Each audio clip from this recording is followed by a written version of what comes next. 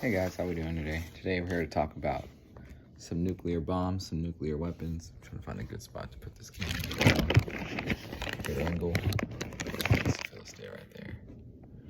Alright, so we're going to be talking about nuclear bombs, how they work, and such. So I need a little help. I had to do a little research online, so I'm going to kind of use this as a guide as we kind of talk about kind of what's going on and how this works.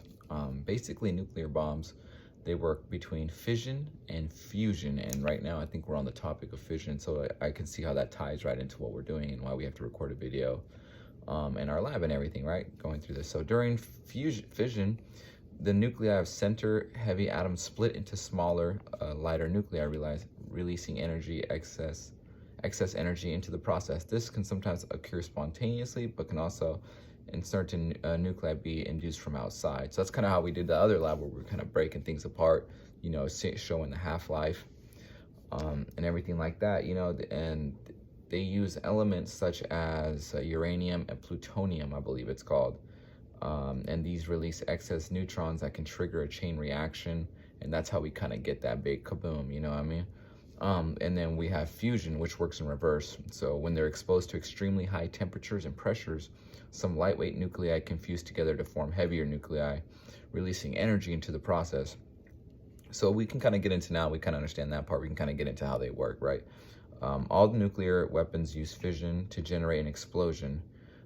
Little Boy was the first nuclear weapon ever used during wartime, and it was worked by shooting a hollow uranium -235 cylinder at a target plug of the same material. So they use the same material, you know, to kind of ignite that a little bit, right? And they use the nuclear flare. So only certain isotopes undergo fission, right? So we have platinum at -239 and uranium at -235. They're the most common isotopes used in nuclear weapons. Each piece by itself was not enough to constitute a critical mass.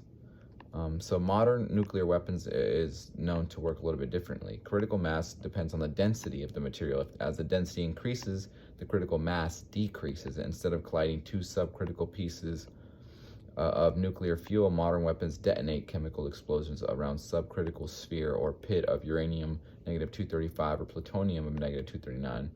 The force is a blast directed inward, compressing the pit. So you see how we kind of evolved the science for our nuclear weapons a little bit, you know, compared to how we used the one in World War I, right? So that's kind of, you know, what we're talking about. So the main basis is knowing kind of what we use, which is plutonium, and we also use uranium. That's what we use for the nuclear weapons. Nuclear fuel is another piece of the puzzle, right? It means the number is fissionable, meaning they can undergo fission. Yep, common isotope, same thing.